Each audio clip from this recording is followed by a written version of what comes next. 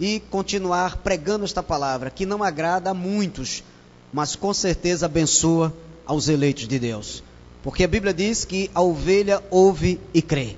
Que esta palavra que será ministrada nesta manhã possa nos mostrar nossa verdadeira posição em Cristo Jesus, para a glória de Deus. Vamos abrir nossas Bíblias, meus irmãos, no livro de Lucas, doutor e pesquisador Lucas. Lucas fazia parte da equipe de Paulo, mas Lucas não era apóstolo. Lucas capítulo 15, é uma história muito conhecida, a parábola do filho pródigo, mas temos grandes lições. O tema é: você é filho ou escravo? É uma pergunta. Você é filho ou escravo? Sônia, me faça uma gentileza, Sônia. Sente perto da menina aí para ela acompanhar. Isso. Faça essa gentileza para mim. Muitas graças. Lucas 15, 11 diz a palavra. Preste atenção ao que vamos estudar nesta manhã. O tema é: você é filho ou escravo?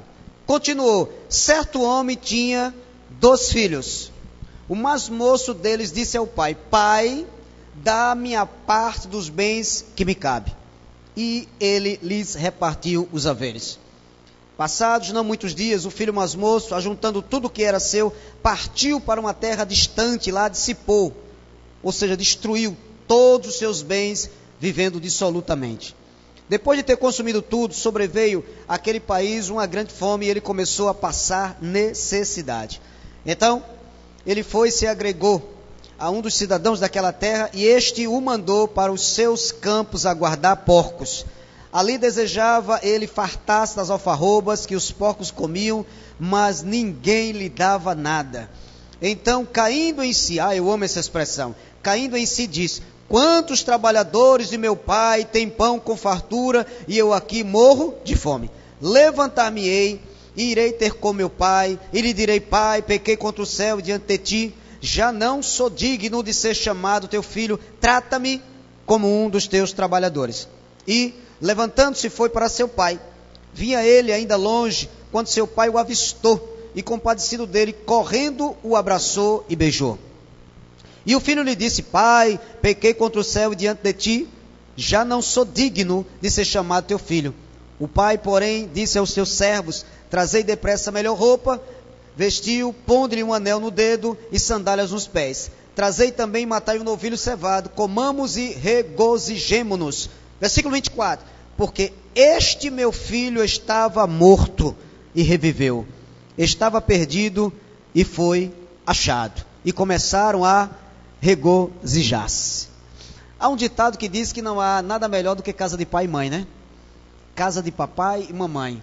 É por isso que a gente sempre aconselha os jovens, aqueles que querem casar, a pensar muito, principalmente um jovem, antes de tirar a jovem da casa dos pais, porque quando ele tira uma jovem da casa dos pais, ele tem que ou dar o que ela recebe ou um pouco mais. Então, se você está tirando uma jovem da casa dela, ela tem moradia, ela tem uma cama para dormir, ela tem comida, ela tem roupa, ela tem tudo aquilo que como pobre tem. Se você tira uma jovem da sua casa para lhe dar menos do que isso, você não está fazendo absolutamente nada. Nada. Você tem que dar ou o que ela ganha, ou compatível, ou melhor ainda. De preferência, dê melhor, para a honra e glória de Deus. Trazendo isso para o âmbito espiritual, irmãos, assim é a casa de Deus, a casa do Pai. Na realidade, cada um de nós que aqui estamos, que temos a palavra em nosso coração, somos filhos de Deus. Você pode dizer amém? E como filhos, temos certos privilégios espirituais que nos foram outorgados por meio da fé em Jesus, que infelizmente, Flávio, algumas pessoas não param para pensar nisso. Amado, você tem privilégios por ser um cristão.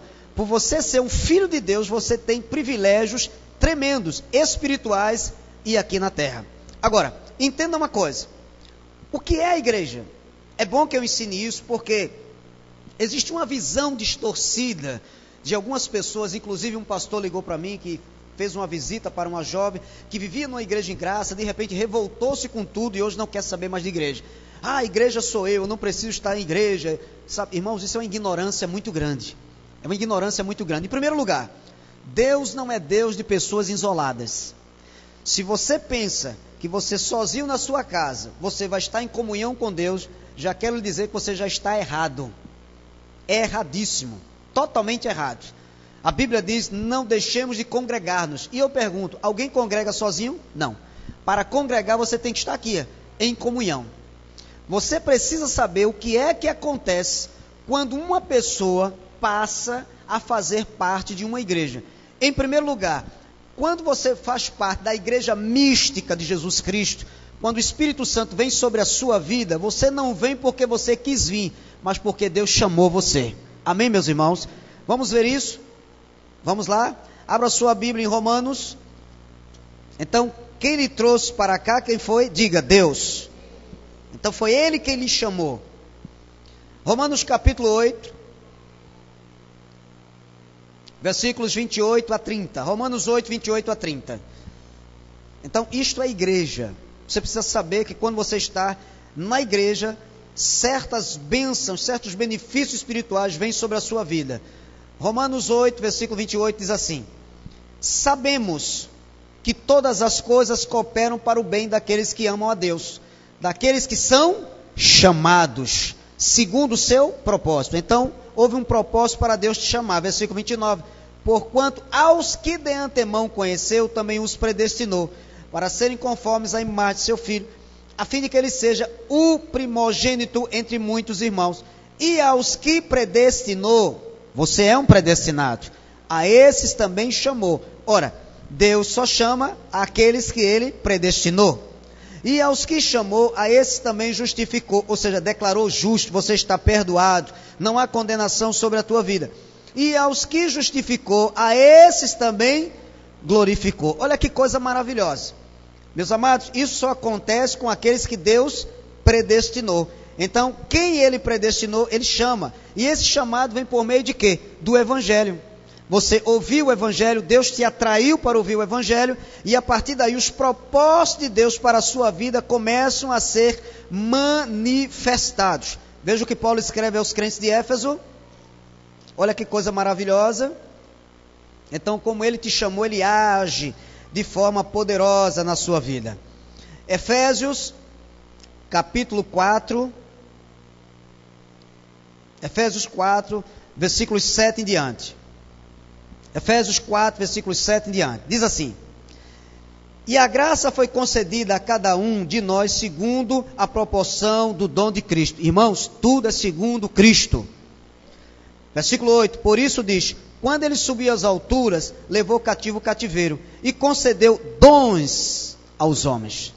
Ora, o que quer dizer subiu? Senão que também havia descido até as regiões inferiores da terra. Aquele que desceu é também o mesmo que subiu acima de todos os céus para encher todas as coisas. E ele mesmo concedeu uns para apóstolos, outros para profetas, outros para evangelistas e outros para pastores e mestres. Com que propósito ele fez isso? Com vistas ao aperfeiçoamento dos santos. Vocês são os santos que estão sendo aperfeiçoados para o desempenho do seu serviço, para a edificação do corpo de Cristo, até que todos cheguemos à unidade da fé, do pleno conhecimento do Filho de Deus, à perfeita varonilidade, à medida da estatura da plenitude de Cristo, para que não mais sejamos como meninos, agitados de um lado para o outro e levados ao redor por todo o vento e doutrina, pela artimanha dos homens, pelas astúcias com que induze ao erro. Então, o que é que está acontecendo na sua vida? Você está crescendo. Em que, pastor? Na graça e no conhecimento. Amém? Olha o que Paulo disse aos Filipenses 1,6. Filipenses 1,6. Eis o que está acontecendo com você dentro da igreja. Filipenses 1, versículo 6. Epístola de Paulo aos Filipenses, capítulo 1, versículo 6. Estou plenamente certo de que aquele que começou boa obra em vós há de completá-la até o dia de Cristo Jesus. Amém? Isto quer dizer o seguinte: você não ficará no meio do caminho. Amém? Deus começou uma obra em você e esta obra só terminará no dia em que você partir deste mundo for para a glória e Cristo vier para restaurar definitivamente todas as coisas. Você vai passar por aflições? Vai. Vai passar por lutas? Vai. Eu não estou aqui para dizer que uma vez que tornaste cristão, tu estás isento de luta. Vão vir tempestades? Sim. E muitas. Agora, a Bíblia diz, muitas são as aflições dos justos, mas de todas o Senhor os livrará. Então você precisa se agarrar às promessas de Deus. Eu tenho que ter conhecimento das promessas de Deus. Eu não sei se vocês já viram um vídeo da famosa cantora evangélica Ana Paula Valadão. Neste vídeo, ela ia para a Finlândia, Helsinki, iria ministrar louvor, palavra, não sei o que era, e havia um pastor finlandês que estava sentado num banco, a igreja lotada. E aí ela pede que o pastor suba e ministre uma palavra para ela, para que ela possa ficar cheia da palavra e do poder. E paz, meus senhores, eu vou ver se coloco esse vídeo aqui. O pastor sobe, um homem alto, careca, finlandês, não é? Brancoso, olha para ela, tira o microfone da mão dela e ela esperando a palavra, e ele faz, e ela cai no chão, fica estirada. Ela pediu uma palavra e veja o que recebeu, um estralar de dedos, cai no chão. Aí daqui a pouco vem o pai dela, também esperando receber uma palavra. O cara bota a mão na cabeça e faz, buf, cai no chão. E fica os dois no chão e um monte de gente, aleluia, é o poder de Deus, aleluia, glória a Deus. A pessoa pede uma palavra, vê o que recebe. Por que ele não deu uma palavra? Porque ele não tem palavra para dar. Ele não tem palavra para dar. Eu não sopro na sua cara para você não cair com o meu bafo, mas uma coisa eu te dou, palavra. Olha, irmãos, eu vou dizer uma coisa para vocês, não se iluda com esses shows, com essas coisas, porque isso não traz edificação nenhuma. Eu já fui a muito, aliás, já fui a poucos. O máximo que eu fui foi a 2. Olha, a maioria desse pessoal procura saber quanto é que custa um show desse. Você acha que eles vão de graça? Pastor Antônio, quando sai daqui para viajar, não cobra nada. Já dormi em chão, já dormi em rede. Quando um pessoal desse vem cantar, cachezinho é de 30, 40 mil. Tem que pagar passagem de avião para todos. E não ficam em rede nem nada não. É hotel e 3 estrelas. Agora tudo está assim porque você compra CD, porque você vai para o show. Se é para a glória de Deus, por que não faz de graça? Não é para a glória de Deus? Claro, todo mundo tem que sobreviver, todo mundo tem que, se eles vivem daquilo, agora a esse ponto, não, de jeito nenhum, meu irmão. Aí critico os católicos que são idólatras. Eu estou vendo os evangélicos fazendo pior. Idolatria, sabe? Sai do canto, vamos pular, tira a camisa, deu um brado de vitória. Outros imitando leão, se arrastando pelo chão, e o povo acredita que aquilo vem de Deus. Olha, amado, é como o irmão Rodrigo disse, pastor, o senhor sabe de muita coisa, eu sei de muita, irmão. Se eu fosse falar, eu ia jogar balde de água fria na frente da fé de muita gente, mas eu não vou fazer isso. Essas coisas não me iludem, a gente não precisa disso, o que a gente precisa é isso aqui, palavra. Deus começou uma obra de salvação em você e Ele vai completá-la. Até esse dia vai ser pancada. Ele mesmo disse, no mundo passar as aflições, o crente perde o emprego, o crente adoece, às vezes sofre um acidente, mas em todas essas coisas você é mais do que vencedor. Glória a Deus. Amém? Então, ok. Deus me chamou para a igreja. Eu estou aqui nesse espaço físico, mas a igreja está reunida aqui. Agora, o que é que acontece, pastor Antônio José, quando eu saio, quando eu digo saio da igreja, eu saio da presença de Deus, eu perco salvação? Não, ninguém perde salvação, mas eu preciso te mostrar o que é que acontece, quando você sai debaixo das asas do Altíssimo. Você vai voltar em Lucas. Alguém já criou galinha aqui? Alguém já criou galinha? Você criou? Eu criava, gostava tanto. Na encruzilhada, ali no mercado da encruzilhada, vendia-se naquela época uns pintinhos, e eu comprava uns pintinhos e criava eles com palha de milho. Olha, os bichos ficavam a cada pintão grande, e eu ficava observando o seguinte, naquela época não tinha, num terreno onde a gente criava, não tinha muros, e eu era garoto e vi uma cena que eu nunca mais me esqueci. Um pintinho saiu debaixo das asas da mãe, o que é que aconteceu? Veio um camundongo grande, arrastou o bicho e levou para o buraco e matou. Enquanto ele estava debaixo das asas da mãe, o camundongo não se atreveu. Por quê? Porque ela iria enfrentá-lo. Ela defende os seus filhotes. A mesma coisa acontece conosco quando a gente sai debaixo das asas do Altíssimo. Salvação você não perde. Agora eu vou te mostrar o que é que você perde e o que é que você passa. Vamos lá. Vamos ver a história do filho pródigo. Mais uma vez. Continuou, versículo 11. Certo homem tinha 2 filhos. O mais moço deles disse ao pai: pai, dá-me a parte dos bens que me cabem. E ele lhe repartiu os haveres. Bem, a primeira coisa, Márcia, que nós precisamos observar aqui é o seguinte: na casa do pai ele tinha, diga comigo, tudo. Diga tudo. Ele tinha tudo. Não lhe faltava nada, irmã Rosiméria Andrade. Porque a Bíblia diz que ele pediu para que o pai, Flávio, repartisse os haveres. Então, Jacques, observamos que na casa do pai não lhe faltava nada. Na casa de Deus não te falta nada. Tu tens palavra, tu tens cura, tu tens instrução, a palavra te instrui, a palavra te exorta. Se tu estás errado em alguma área, Deus vai falar e você vai se consertar. Então, há tudo, há comunhão, Deus vai colocar irmãos para te ajudar, não te falta nada. Amém? Só que alguns filhos de Deus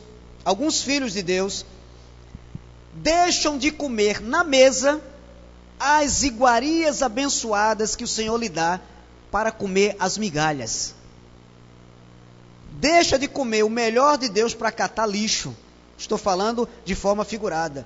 Deixa de experimentar o que Deus tem para lhe dar para comer as iguarias do mundo. Então o que é que aconteceu? O filho disse: pai, dá-me a parte dos bens que me cabe. Em outras palavras, ele estava dizendo: pai, eu não quero mais viver na sua casa. Eu sou independente, eu tenho livre-arbítrio. Versículo 13. Então ele saiu de casa, foi embora. Vamos espiritualizar o texto.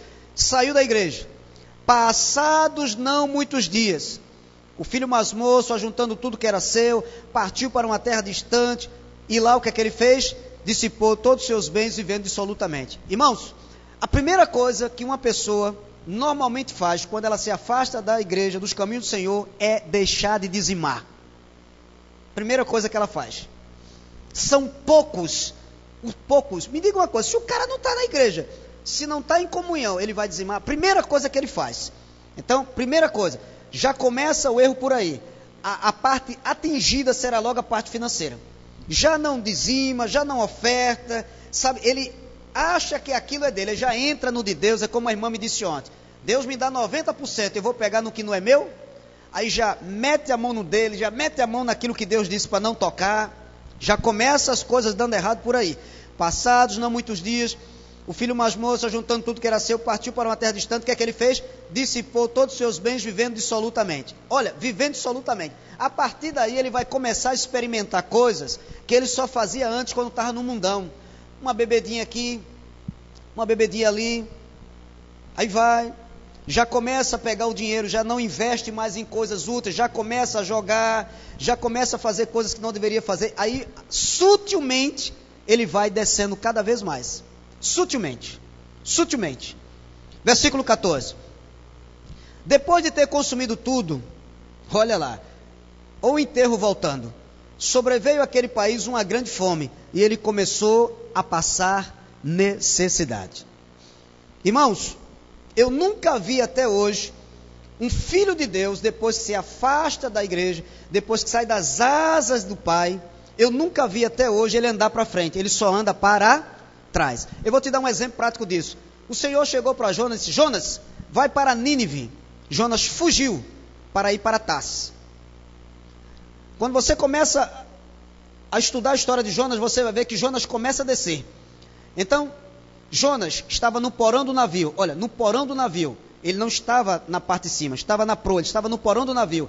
Do porão do navio foi lançado ao mar. Do mar caiu na boca do peixe. Começou a descer. Todo filho de Deus, quando se afasta dos caminhos do Senhor, ele não sobe, ele só faz descer. A tendência dele, irmãos, é como um caminhão descendo a ladeira desgovernado, sem freio. É descer e se arrebentar todo. Ele só faz perder.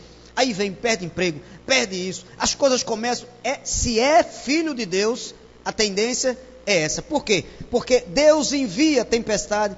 Foi Deus que enviou a tempestade para Jonas. Foi Deus que enviou essa fome que aqui está. Então, depois de ter consumido tudo, sobreveio àquele país uma grande fome e ele começou a passar necessidade. Observe que esse filho pródigo, ele vai descendo. Primeiro ele gastou tudo. Depois começou a passar necessidade. Versículo 15. Então ele foi e se agregou a um dos cidadãos daquela terra, e este o mandou para os seus campos a guardar porcos. Um dia desses eu estava aqui no mercadinho na frente, eu e meu irmão, e quando nós passamos, eu vi um irmão empurrando uma carroça, catando papelão. Esse irmão, ele foi da outra igreja onde eu fiz parte. E quando meu irmão viu, disse: olha quem está ali, escuta o que eu estou lhe dizendo. Ele empurrando uma carroça e catando papelão. E eu e meu irmão paramos e começamos a olhar para ele. Digo: eu não acredito no que eu estou vendo. Quando ele nos viu, aí meu irmão chamou e disse: amado, foi que houve? Disse: pastor, depois que eu saí da igreja eu perdi tudo, perdi emprego. Eu estou sobrevivendo catando papelão. Eu vendo papelão. Eu vendo papelão. Observe o que diz a palavra. Então ele foi e se agregou a um dos cidadãos daquela terra, e este o mandou para os seus campos a guardar porcos. Era a pior coisa que existia naquela época, alguém tomar conta de porcos. Veja, quanto mais ele se afasta, mais ele vai descendo. Um filho de Deus que ouviu a palavra comigo, com o Geraldo, com tantos outros, de repente estava com a carroça vivendo ou tentando sobreviver, catando papelão. Mas é um filho de Deus. Versículo 16. Ali desejava ele fartar-se das alfarrobas que os porcos comiam, mas ninguém lhe dava nada. Isso é mais um estágio, a humilhação. Quantos filhos de Deus, porque deixaram de obedecer a palavra de Deus, estão sendo humilhados hoje? Gente batendo na porta, cobrando, agiota, cartão de crédito, vida suja, vida toda arrebentada, toda acabada. O que é isso, irmãos? Rebeldia. Humilhação. Aí vem a humilhação. A partir do momento que vem a humilhação, pronto, já não tem mais coragem de botar o rosto na rua. Só que aí tem um detalhe, irmãos. Há uma palavra que nós precisamos, se há no nosso coração, precisamos fazer isso, expurgá-la: orgulho. Escuta o que eu vou lhe dizer. Deus não pode agir onde o orgulho está presente. Para que Deus haja na vida de uma pessoa, ela tem que descer, ela tem que reconhecer que sem Jesus Cristo ela não é ninguém. Quanto mais orgulho a pessoa tiver, mais afundada ela vai estar. O orgulho, Flávio, é como uma areia movediça que você cai, quanto mais faz força. Tem gente que tem vergonha de voltar para a igreja que faz parte. Tem vergonha. Porque pecou, porque adulterou, porque errou, porque se afastou. Amado, enquanto a pessoa estiver com vergonha, ela vai sofrer, ela vai continuar sofrendo. Ela tem que fazer isso aqui, versículo 17. Então, caindo em si, tem que cair em si, tem que acordar, tem que despertar, tem que dizer: sabe de uma coisa, eu vou voltar onde eu congregava, lá eu tinha um pastor que me ajudava, lá eu tinha os irmãos que me amavam, eu errei, o que é que eu fiz e saí de lá? Não ganhei nada, só fiz perder. Amado, tem que descer do pedestal. Então, caindo em si, disse: quantos trabalhadores de meu pai têm pão com fartura, e eu aqui morro de fome? Quem está fora da igreja está morrendo de fome. Esta fome aqui não é no sentido só físico, é no sentido espiritual. Não houve mais a graça. E eu vou dizer uma coisa a você: fora da graça nenhuma palavra alimenta. Porque demônio, pombagira, sabe, sal, rosa, enxofre, salvação se pede, isso não alimenta ninguém. Eu dei um exemplo aqui, a menina pediu uma palavra, o cara faz isso, a pessoa cai no chão, é o poder de Deus. Que poder de Deus? O que, rapaz? A pessoa quer palavra, quer ensino. As pessoas entram na igreja pensando em desistir do casamento, pensando em suicídio, pensando em tantas coisas. O que é que elas precisam? De palavra. Então ele diz a palavra, caindo em si, ele diz: quantos trabalhadores de meu pai têm pão com fartura e eu aqui morro de fome? A primeira atitude, cair em si. Em segundo lugar, versículo 18, levantar-me-ei. O que significa isso? Ter atitude. Você tem que ter atitude, amado. Levantar-me-ei, irei ter com meu pai, lhe direi: pai, pequei contra o céu e diante de ti, já não sou digno de ser chamado teu filho, trata-me como um dos teus trabalhadores. Que data é hoje? 1º de dezembro, é isso, irmãos? 1º de dezembro, isso quer dizer que estamos a poucos dias do término de mais um ano. Eu estou cansado de ouvir pessoas que começam o ano dizendo assim: não, esse ano vai ser diferente, eu vou mudar. Sei que estou errado, olha, sei que estou errado, mas vou mudar. Amado, só você saber que está errado não adianta, tem que ter atitude. Sei que estou errado, mas vou mudar. E mudar. Eu disse isso a uma pessoa essa semana. Eu falei isso para uma pessoa. A pessoa estava aqui no nosso meio há 2 anos, ficou conosco, ouvia a palavra, saiu daqui, foi atrás de rosa, de sal, de enxofre, sabe, irmãos? E quando é agora, cai no fundo do poço, lembrou de quem? Do pastor Antônio José. Aí pensou que eu ia alisar, terminou de falar, meu irmão, agora me ouve, pastor, pode falar, eu estou errado mesmo. A verdade é essa, meu irmão. Você tem que ter atitude. Você diz que vai mudar, mas você nunca mudou. Você correu lá do nosso ministério porque tem palavra e você não queria mudar. Por isso que você foi embora. Sabe, meus irmãos, então eu não posso dizer: eu vou deixar de beber, eu vou deixar de fazer isso, mas eu nunca faço. O ano acaba, eu começo outro ano com as mesmas atitudes. Meu amado, por isso que se diz: ano novo, vida nova.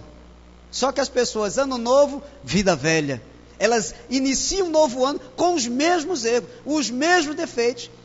É aquele marido que briga, aí, não, minha filha, me perdoe, me dê mais uma chance, não vou fazer mais isso. Aí 3 meses depois, faz tudo de novo, aí volta, aí fica daquilo, sabe? Aí vamos lá, é 3 meses bom, é 3 meses de dificuldade, é 1 mês bom, é sempre assim, aí vamos ver até onde vai dar. Meu amado, ele disse: levantar-me-ei, isso quer dizer, vou ter atitude, não vou mais viver desse jeito, sabe, eu quero mudar. E levantando-se foi para seu pai.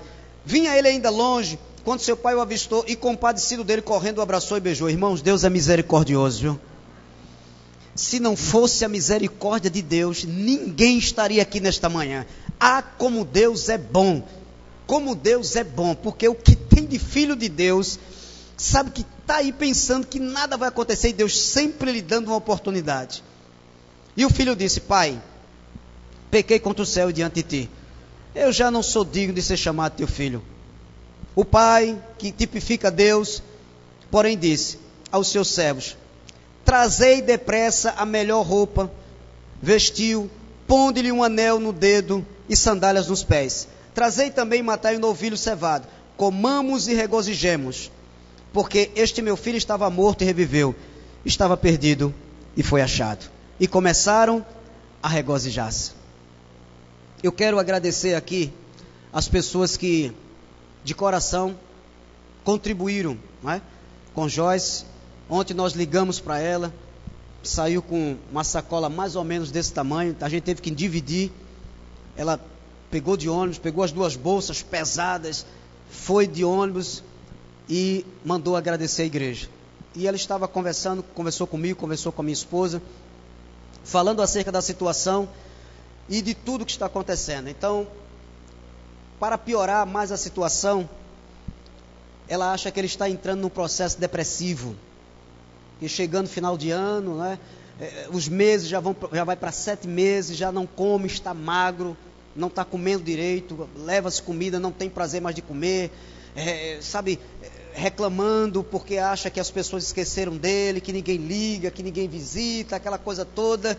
Aí ela disse que olhou para ele e disse: meu filho, veja o que foi que ela disse. Meu filho, de que se queixa o homem? Hoje você reclama porque as pessoas não estão lhe visitando. Hoje você reclama porque elas estão bebendo e poderiam estar lhe visitando. Mas quando você estava fora da igreja, fazendo tudo errado, você se lembrou de Deus? Então, meu filho, a gente está levando a pancada que a gente merece. A gente se afastou dos caminhos de Deus. A gente deu as costas para Deus.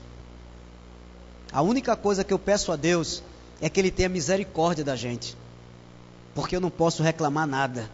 A igreja está me ajudando, pessoas orando por mim, eu vou reclamar mais o quê? Eu não posso reclamar. Estou no deserto, Deus me colocou no deserto.